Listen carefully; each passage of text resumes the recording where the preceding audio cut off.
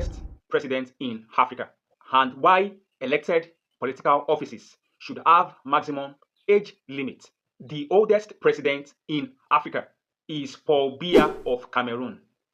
He is 93 years old. He has been the president of Cameroon for 44 years and still counting. That is since 1982. How did he manage to rule this long?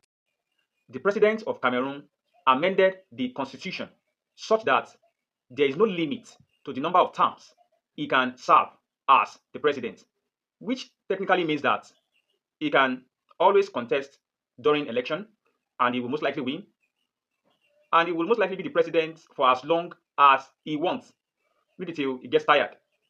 Now, after spending 4 decades, even his daughter, Brenda Biya, campaigned against him.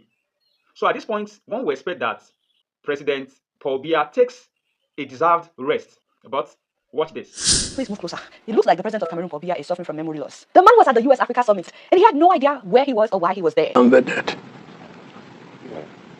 You see,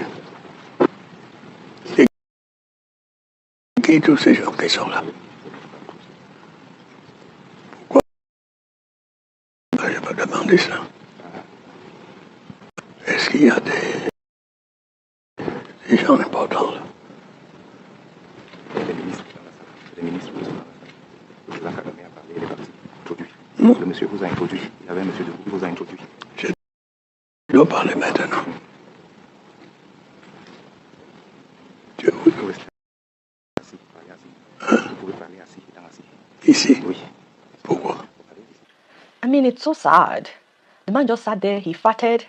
He kept looking at the pamphlet in his hand for minutes. That is supposed to be his speech. Then he farted again in public. So, how do we prevent this in future?